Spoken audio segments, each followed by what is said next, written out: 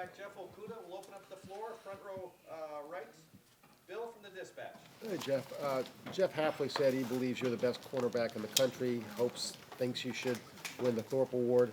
How would you describe your season in light of the fact that teams aren't challenging you as much as most, you think? And how do you kind of cope with that part of it? I think the season just been great. Just getting a chance to play with Damon his last season in Jordan. And I think that in January we set a goal, and that was to bring BIA back. And that's what we've just strived to accomplish the whole season. And so just getting the accolades, being ranked #1 pass defense, whatever it is, I think that it's just kind of been surreal how the season's played out. Do you expect Sean to be back this week? I definitely expect him to be back this week. I know he doesn't like sitting out, and it was hard not having him out there with us last week. Fourth row left, Andy from the Lantern. Yeah, Coach Hafley said that you guys, when teams go across the middle against you guys, they feel it. Like, you're going to come across the middle to catch a pass. What allows you to maintain that physical mentality in the second half?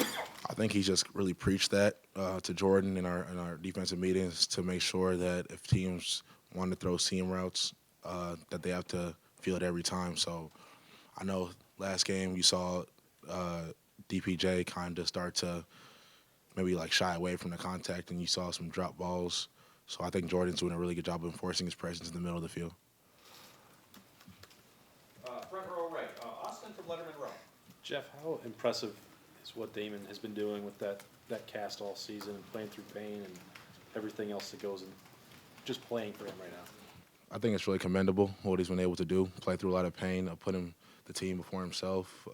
He's been in a lot of pain this year, and I think for him to go out there and have his best season yet with the circumstances, I think it's really crazy, and it's just a testament to the brotherhood that this team has. Have you played with somebody who is a better trash talker than Damon?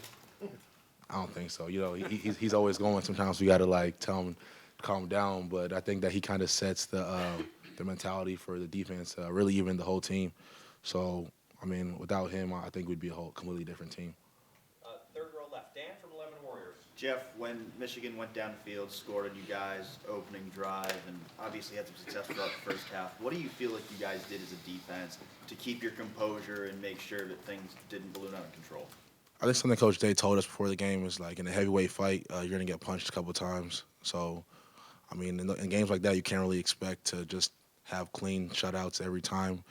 Some teams they're talented too, so they're going to throw their punches. So it's really about being able to stay level-headed, respond well. And I think you saw that second half. I think he was 4 for 25, whatever that number was.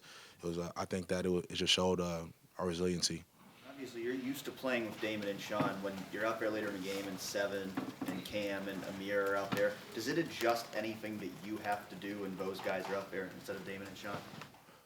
No, nothing really for me. Just being a good leader for them. They know that Ohio State's always next man up mentality. That's one of the core values of the program. So I think they knew that the challenge was going to be big, so they had to respond well.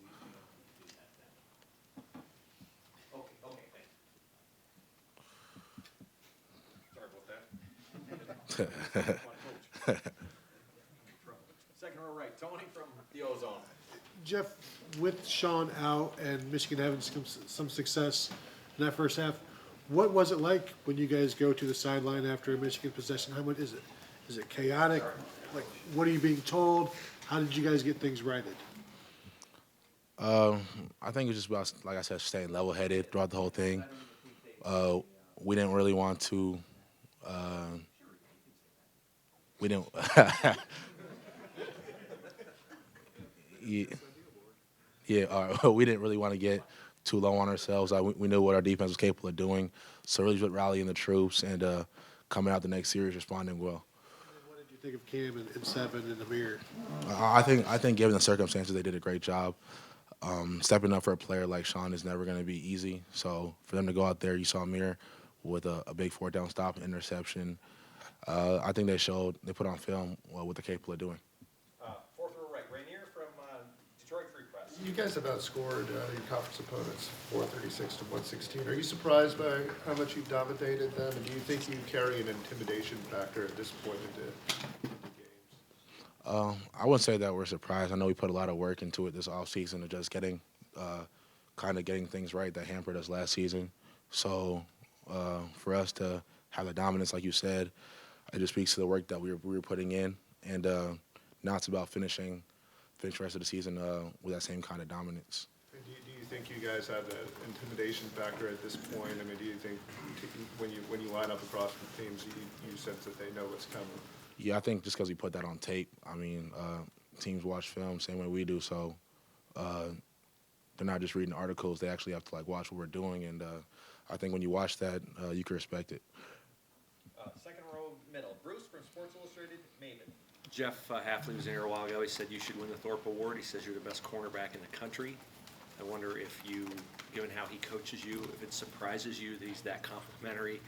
Do you get that kind of reinforcement from him as you're playing? He talked about times you've been thrust into situations like Penn State where you played in a spot of the field that you hadn't played all year because they wanted you on Hamler.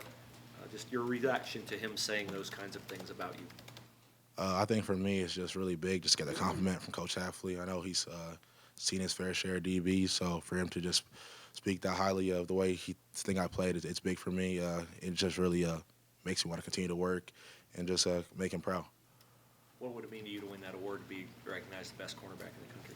It'll be big just to be recognized as among the top DBs that came through out here. Winfield, Malcolm Jenkins both won the award, so I think just be a third winner of the Thorpe would be really big for not just me, but the university. Second, front row left, Doug from Cleveland.com. Last Jeff, couple questions. Jeff, obviously you guys have a lot of business in front of you still, but as you stand here with your 3 seasons at Ohio State, with being a Thorpe Award finalist and being on an undefeated team, just how do you think it's worked out? Your decision that you made to leave Texas to come here, how does it feel at this point in your career? It feels really good. I'm really glad that I made the decision to come to Ohio State. I think what's crazy is that JK's having a lot of success, Chase is having a lot of success, so my class has been relatively successful. And I think that it kind of just shows that you can go out of your state and make that decision to kind of travel far, take that risk, and it'll really pay off for you. And final question, front row right, Tim from Lettermen Row. How weird, strange is it to be playing a same team 6 weeks later? I mean, for you, I mean, y'all have never done that, in your time. How strange is that to be getting ready for a game like this? Yeah, so I was just thinking about that last night, and just watching film. It's kind of weird because we just played them maybe 4 or 5 weeks ago. So I think you just have to kind of come with the mentality that you have to be really detailed in what you do. Technique has to be on point, and you have to kind of just expect the unexpected. So if they throw out wrinkles in their offense, you have to just be ready for them and not get too out of control. Yeah, first time around, y'all had pretty good fits, stopping Taylor in the run game and stuff. What can a team change, over 6 weeks from the last time you played them, Jeffrey, that could make a difference in a game like this? Are you playing that in your head too? Yeah, I'm trying to think of all the possible outcomes. So I think for this week we have to really rely on the coaches, take in what they say, because I know Hafley's going to have a really good game plan for us. Jeff, thank you so much. All right, thank you. You guys take care. Thanks for watching. Subscribe below to get the latest videos from Lettermen Row. We got Letterman Live, we've got the practice report, we got rapid reaction. Hey, and we got Buck IQ with Zach Bourne. For sure. We got recruiting breakdowns with Berm. We got whatever you need. Ohio State football and Ohio State athletics, we've got you covered.